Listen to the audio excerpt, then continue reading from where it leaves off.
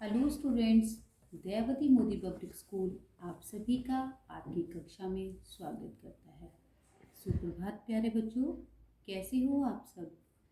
आशा करती हूँ कि आप सब स्वस्थ होंगे।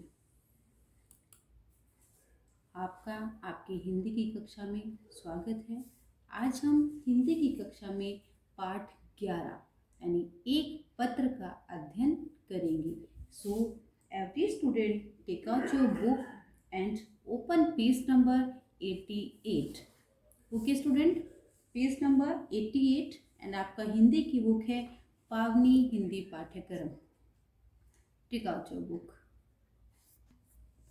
आपका पाठ है एक पत्र। हम पाठ को पढ़ने से पहले पत्र के बारे में जानेंगे। पत्र क्या होता है, यानी letters. In English letters two types के होते हैं, formal letter and informal letter. समझ आया? Formal and informal. हिंदी में पत्र के दो प्रकार हैं, अनौपचारिक, औपचारिक। ओके, अनौपचारिक, औपचारिक। औपचारिक होता है जो पत्र हम कार्यालय, संस्थाओं, प्रकाशकों, दुकानों इत्यादि को लिखे जाते हैं, यानी जो हम फॉर्मल तरीके से लिखते हैं। जैसे आपको अपनी स्कूल में कोई लिखना है, कॉलेजेस में कोई लिख के देना है लेटर, आपको शॉप पे देना है, तो वो कैसा होगा आपका? औपचारिक।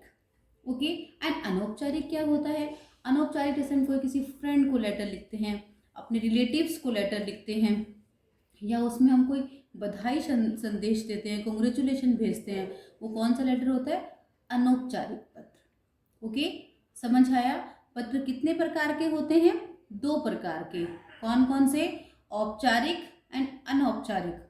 औपचारिक कौन सा पत्र होता है? जो कार्यालय, संस्थाओं, प्रकाशकों, दुकानदारों इत्यादि में के लिए लिखा जाता है, वो होता है औपचारिक। एंड अनौपचारिक जो पत्र हम अपने दोस्त, रिश्तेदारों को भेजते हैं। ओके बेटा, now let's start the chapter. Okay बेटा, लेट्स स्टार्ट। आपका जो ये पाठ है इसमें एक लड़की है वृंदा। ओके, वृंदा गांव में रह रही है। वो अपनी किसको पत्र लिखेगी? अपनी बुआ को पत्र लिखेगी, और उस पत्र में वो जो गांव में चेंजेस आ रहे हैं उनके विषय के बारे में अपनी बुआ को बतलाएगी। आप देख रहे होंगे कि गांव का विकास बहुत तेजी से हो रहा है और गांव में बहुत सारे बदलाव आ रहे हैं। ठीक है, तो वृंदा भी क्या करेगी? शहर में रह रही है और अपनी बुआ को एक पत्र लिखेगी जिसमें वो जो गांव की बदलती स्थिति है उसका क्या करेगी? उस विषय के बारे में बताएगी, उसका विवरण देगी। तो ये कौन सा लेटर हुआ बेटा? औपचारिक, अनौपचारिक? ये हुआ अनौपचारिक, क्योंकि किसको लिखा जा रहा है? रिलेटिव्स को लिखा जा रहा है। वृंदा अपनी बुआ को लिख रही है, तो लेटर का, इस पत्र का कौन सा रूप है? अनौपचारिक। आपसे क्वेश्चन पूछा जा सकता है कि एक पत्र पत्र का कौन सा रूप है, तो आंसर क्या होगा? अनौपचारिक। Now start. देखिए, जब हम किसी पत्र को शुरू करते हैं तो उसने क्या लिखा है? ऊपर अपना एड्रेस लिखा है। एड्रेस आप अपना लिख सकते हैं। ठीक है, अपना एड्रेस लिखेंगे ना आप। आदरणीय बुआ जी, सादर प्रणाम। Let's start. बुआ जी, मुझे आपकी बहुत याद आती है। आपने मेरे लिए जो पुस्तक भेजी थी उसमें बड़ी मज़ेदार और रोमांचक कहानियां हैं। यानी वो अपनी बुआ को लिख रही है कि बुआ, मुझे आपकी बहुत याद आ रही है। जो आपने मुझे पुस्तक भेजी थी उनकी जो कहानियां हैं वो बड़ी मज़ेदार और रोमांचक कहानियां हैं। ओके, यानी उसकी बुआ ने उसके लिए क्या भेजी है? बुक्स भेजी हैं जिसमें क्या है बेटा? मज़ेदार और रोमांचक कहानियां हैं। 2-3 दिन में ही मैंने सारी कहानियां पढ़ ली। कल जब मैं आखिरी कहानी पढ़ रही थी तो बिट्टू ने उस पर दूध गिरा दिया। ठीक है, बहुत गंदा है वह। माँ उसे कुछ नहीं कहती, हंसकर टाल देती है कि वह अभी बहुत छोटा है। ऐसे थोड़ी ही ना होता है बुआ जी। यानी वो अपनी बुआ को बता रही है कि बुआ, आपने मुझे जो बुक्स भेजी हैं, जो किताबें भेजी हैं, उनके अंदर जो बड़ी मज़ेदार और रोमांचक कहानियां हैं, और मुझे इतना अच्छी लगी स्टोरी बुक्स, वो कहानियां, कि मैंने 2-3 दिन में ही वो पढ़ के सारी ख़त्म कर ली। लेकिन एक मेरी आखिरी स्टोरी बची थी जो मैं पढ़ रही थी, लेकिन बिट्टू ने उस पर दूध गिरा दिया। बिट्टू कौन है? बिट्टू वृंदा का भाई है। उसने क्या किया? उसकी किताब पर दूध गिरा दिया, उसकी पुस्तक पर दूध गिरा दिया। वो कह रही कि बुआ वह बहुत गंदा है, और माँ भी उसे कुछ नहीं कहती, हंसकर टाल देती है, बोलती है कि अभी छोटा है। बुआ ऐसे थोड़ी ना होता है, क्योंकि हम अपने बुआ को अपने मन की सारी बात बता देते हैं, है ना, ऐसे ही करते हैं ना, बुआ को हम सारी बात बता देते हैं। तो अपनी बुआ से, अपनी मम्मी के बारे में कंप्लेन कर रही है कि मम्मी छोटे भाई को कुछ भी नहीं कहती। और उसकी मम्मी उसे कुछ नहीं कहती बिट्टू को, क्यों? क्योंकि वो अभी बहुत छोटा है। आपका क्वेश्चन होगा कि बुआ ने जो पुस्तक भेजी थी उसमें कैसी कहानियां थी, या बुआ ने कौन सी पुस्तकें वृंदा को भेजी थी? तो आप क्या लिखेंगे? मजेदार और रोमांचक कहानियों की। वृंदा की पुस्तक पर दूध किसने गिराया? बिट्टू ने। किसने गिराया? बिट्टू ने। नाउ नेक्स्ट आंसर, वैसे मेरे स्कूल में भी एक कमरे में पुस्तकालय खुल गया है, मैं वहां से पुस्तकें लेकर पढ़ती हूँ। यानी अब स्कूल में क्या हो गया? एक लाइब्रेरी खुल गई है, पुस्तकालय खुल गया है, मैं वहां से भी पुस्तकें लेती हूँ।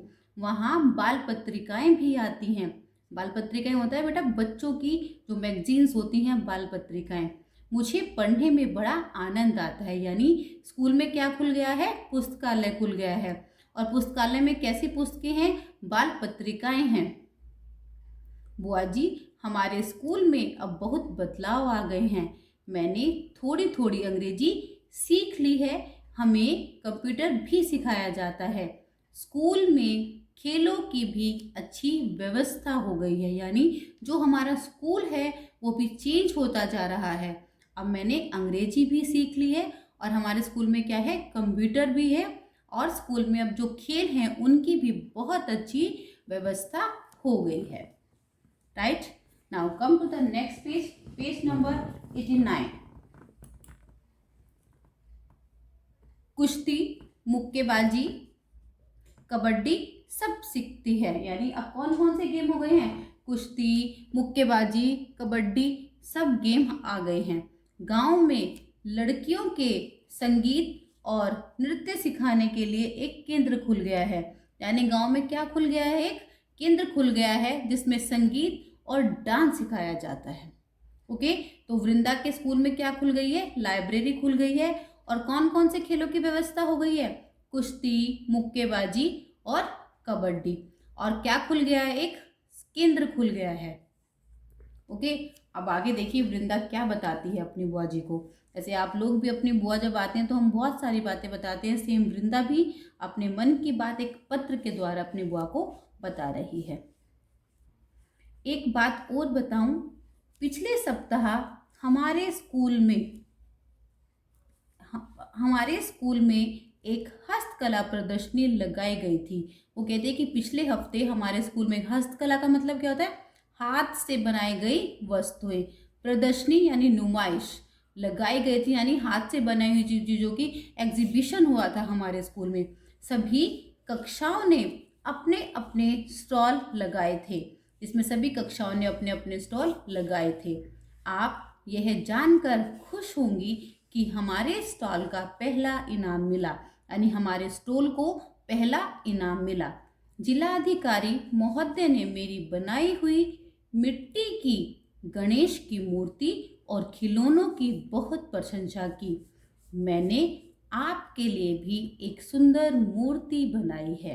यानी वो कहती है कि हमारे स्कूल में पिछले सप्ताह एक एग्जीबिशन हुआ है, एक प्रदर्शनी हुई है हस्तकला, जिसमें सभी कक्षाओं के अलग अलग स्टॉल थे, और हमारा स्टॉल जो है उसको पहला प्राइज मिला है। और उसने क्या बनाया वृंदा ने? गणेश जी की मूर्ति और खिलौने। किसने प्रशंसा की? जिलाधिकारी ने। और उसने अपनी बुआ के लिए क्या बनाई? एक सुंदर मूर्ति। बेटा read the chapter very carefully, क्योंकि आपके मिड ऑफ द चैप्टर में से क्वेश्चन आंसर आएंगे।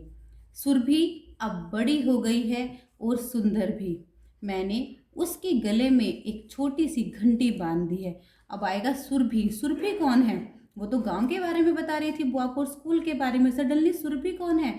सुरभि उसकी गाय है, उसके घर में बछिया है जिसका नाम क्या रखा है? सुरभि। वो बताते हैं कि सुरभि अब बड़ी हो गई है और सुंदर भी हो गई है। मैंने उसके गले में छोटी सी घंटी बांध दी है। जब वह गर्दन घुमाती है तो घंटी की मीठी आवाज आती है। आपको पता है, वह बस मेरे हाथ से ही चारा खाती है। तो क्वेश्चन हो सकता है कि जो वृंदा है उसकी बछिया का क्या नाम था या उसकी गाय का क्या नाम था। आंसर होगा सुरभि। सुरभि किसके हाथ से चारा खाती थी?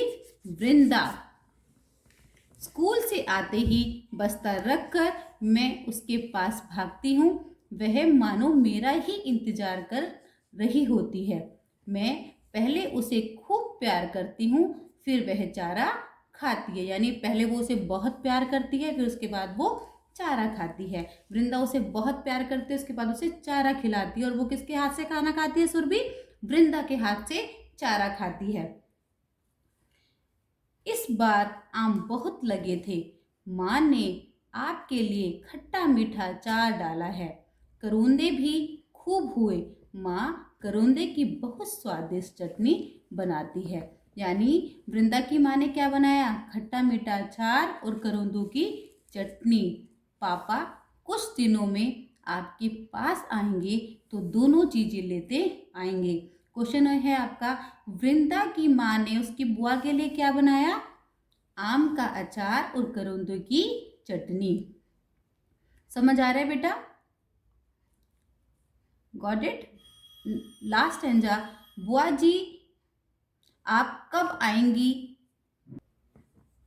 आप कब आएंगी? 2 साल हो गए आपको गांव आए। यानी वो पूछते कि बुआ जी आप कब आएंगे, आपको 2 साल हो गए, आप गांव नहीं आए। आप आएंगी तो देखकर हैरान रह जाएंगी, गांव का रंग रूप ही बदल गया। यानी वो कहते हैं कि गांव बिल्कुल चेंज हो गया है। आप आएंगी तो आप बिल्कुल हैरान रह जाएंगी। बिल्कुल साफ सुथरा और सुंदर बन गया है। सुंदर बन गया है हमारा गांव। वो कहते हैं कि गांव में बहुत चेंज आ गए हैं, गांव बिल्कुल साफ सुथरा और सुंदर बन गया है। पक्की सड़कें हैं, बिजली है, बैंक है, अस्पताल है। वो कहते हैं गांव में क्या क्या बदलाव हो गए हैं? पक्की सड़कें हो गई हैं, बिजली हो गई है, बैंक है और अस्पताल भी खुल गया है। फिर मुझे आपको अपना स्कूल भी तो दिखाना है। आप जल्दी आइएगा। फूफा जी को मेरा प्रणाम। आपकी भतीजी वृंदा। यानी वो कहते हैं कि गांव में बहुत चेंज आ गए हैं, बिजली है, बैंक है, अस्पताल है। और बुआ जी आप आइएगा, मुझे आपको अपना स्कूल भी दिखाना है। और लास्ट में वो अपने फूफा जी को क्या करती है? प्रणाम करती है। लिखती है आपकी भतीजी वृंदा। समझ आया बेटा? उसने बताया कि बुआ ने जो उसे पुस्तक भेजी थी उस पर दूध गिर गया है, उसके स्कूल में जो चेंजेस है उसके बारे में बताया। आफ्टर डेट जो चेंजेस किस में हुए हैं? गांव में चेंजेस हुए हैं, उसके बारे में बताया है। ठीक है, तो वृंदा ने अपनी बुआ को सारी स्थिति बताई। ठीक बेटा, आई होप कि आप सबको ये समझ आया होगा। Okay student, thank you so much, take care, bye bye.